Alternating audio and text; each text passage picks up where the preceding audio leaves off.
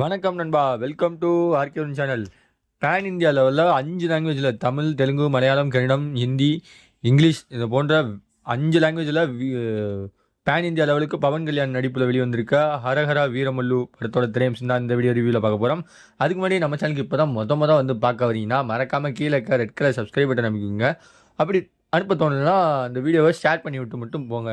இந்த படத்தோட one line story இதெல்லாம் பார்க்குறதுக்கு முன்னாடி பவன் கல்யாண் வந்து ஆந்திரா அரசியலில் எந்த அளவுக்கு பெரிய தாக்கத்தை கொண்டு வந்தாருன்னு நம்ம எல்லாருக்குமே தெரியும். தமிழ் ஆடியன்ஸும் தெரியும், பவன் கல்யாண் தெலுங்கு ஆடியன்ஸ்லாம் வந்து வேறு லெவலில் எக்ஸ்பெக்டேஷன் பண்ணிக்கிறாங்க. இப்போ கூட பவன் கல்யாண் வந்து முருகன் மாநாடை வந்து பகுமானம் பண்ணிக்கின்றார். பகுமானன்னு காட்டிலும் பிஜேபி கூட சேர்ந்து பெரிய புரட்சியை செய்ய போகிறேன்னு சொல்லிக்கின்றார்.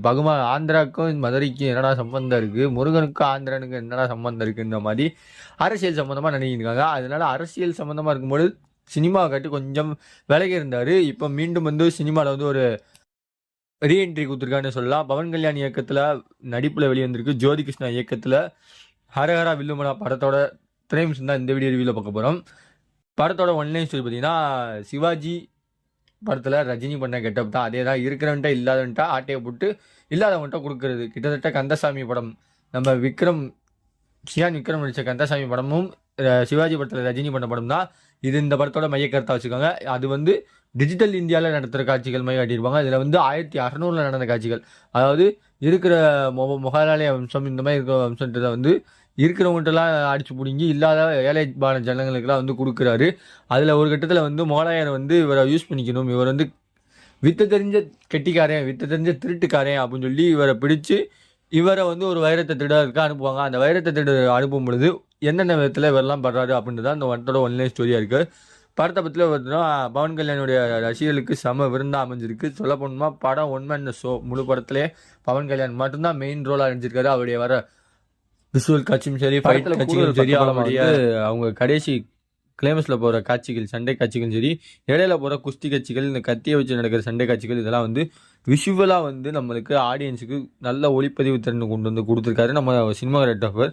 அந்த விஎஃப்எக்ஸ் ஆகட்டும், அந்த போட்டிருக்க செட்டும் சரி கூஸ் பம்ஸாக இருக்குது. நான் முன்னாடி சொன்ன மாதிரி இது நவீன காலத்து கந்தசாமி மாதிரி இல்லை, இது ஒரு ஓல்டேஜ் கந்தசாமி, ஓல்டேஜ் சிவாஜி படம் மாதிரி தான். 1600 போட்டப்பட்ட செட்டுகள் வந்து சூப்பராக கொடுத்துருக்காங்க. அந்த படத்தை வந்து நமக்கு டேரெக்டாக வந்து ஒரு 1600 ஒரு ஹிஸ்டாரிக்கல் வில்லேஜ் ஒரு மூவி, ஒரு விண்டேஜ் மூவி லெவலுக்கு ஃபீலியை கொண்டு போகிற அளவுக்கு சினிமாவுக்கும் ஒர்க்குக்கும் செட்டுக்கும் வந்து படத்தோட குழு வந்து எஃபர்ட் போட்டிருக்காங்கன்னே தெரியுது. இந்த படத்தில் வந்து ஹீரோயினுடைய நடிப்பு நிதி அகர்வால், அவங்க அழகாக இருக்காங்களா இல்லையா என்னமோ படத்தில் பார்க்கும்போது கொஞ்சம் நம்மளுக்கு அப்படியே பிரைட்டான லுக்காக இருந்தது. அவங்கள காப்பாற்றிட்டு உன்னை நம்புகிறேன், இதுலேருந்து என்னை கூட்டிகிட்டு போ அப்படின்ற மாதிரி ஒரு ராஜாலங்கார ராணி தோட்டத்தோடு இருக்க ஒரு இளவரசி வந்து ஒரு திருடனை நம்பி வர்றாங்க. அந்த திருடனை நம்பி வரும்பொழுது அவங்க என்னென்ன பிரச்சனைலாம் கண்டுபிடிச்சாங்க அப்படின்றத கொஞ்சம் கூஸ் பம்ஸாக அங்கிட்டு ஒரு கலக்கலமாக கொண்டு போகிறாங்க. படத்தில் ப்ளஸ் பாயிண்ட் பார்த்தீங்கன்னா, ஃபர்ஸ்ட் ஆஃப் வந்து கொஞ்சம் விறுவிறுப்பான காட்சிகள். நம்ம ஹீரோவோட இன்ட்ரோடக்ஷன், அவர் களவாணித்தனம் பண்ணுறது, அந்த களவாணித்தனத்தில் வந்து இவர் டீலிங் பேசுகிறது, அதுக்கு மத்தியில் வர சண்டை காட்சிகள், இந்த மாதிரி விறுவிறுப்பான காட்சிகள் போய்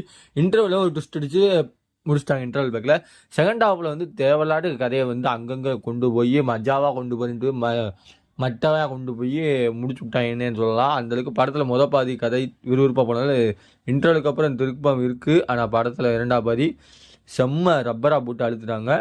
படத்தில் 2ஆம் பாதி கொஞ்சம் ஜவ்வுமே இருந்தது, கொஞ்சம் குறைச்சிக்கலாமோன்னு எனக்கு தோணுது. அது வந்து படத்தில் வந்து பெரிதும் மைனஸ் பாயிண்டாக இருக்குது. ஓவராலாக பார்த்தீங்கன்னா இந்த படத்தை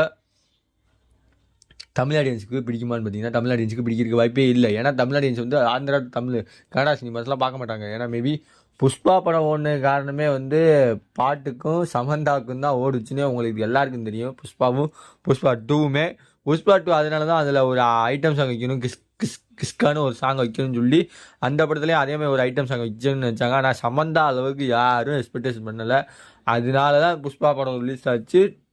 தமிழ் சினிமாவில் தெலுங்கு சினிமாஸில் வந்து ஹிட் அடிச்சுன்னு சொல்லலாம். தெலுங்கு டேரக்டர் வந்து ஹிட்டான தமிழ் ஒரே படம் வந்து நம்ம தளபதி விஜய் நடிச்சுள்ள வாரிசு படம் தான். அது வந்து இந்த ஒன் அண்ட் ஒன் மேன் மாதிரி பவன் கல்யாண் மாதிரி இங்கே விஜய் வந்து ஒரு நேமான பவர் ஸ்டாருக்கட்டும் பவரான ஸ்டார்னே சொல்லலாம். ஓவராலாக பார்த்தீங்கன்னா இந்த படத்துக்கு ஆர்கியூம் சேனல் ரேட்டிங்னு பார்த்தீங்கன்னா 5க்கு 2.5 தருவேன். இந்த one time watchable movie of this week அப்படின்னு சொல்ல மாட்டேன். ஏன்னா அடுத்த நாளைக்கு வந்து கிட்டத்தட்ட 4 படங்கள் வருதுங்க. தலைவன் தலைவி, அப்புறம் நம்ம ஃபென்டாட்டிக்ஸ் 4, ஹாலிவுட் படம், இந்த மாதிரி ஏகப்பட்ட படங்கள் வருஷ கட்டி வருது. நம்ம சேனலில் ரிவ்யூக்காக வெயிட் பண்ணுறீங்கன்னா வெயிட் பண்ணுங்கள். அடுத்த ஒரு வீடியோ சந்திக்கிறதை உங்கள் இந்த விடைபெறுவது உங்கள் இருக்கணும். பாய் விவர்ஸ்.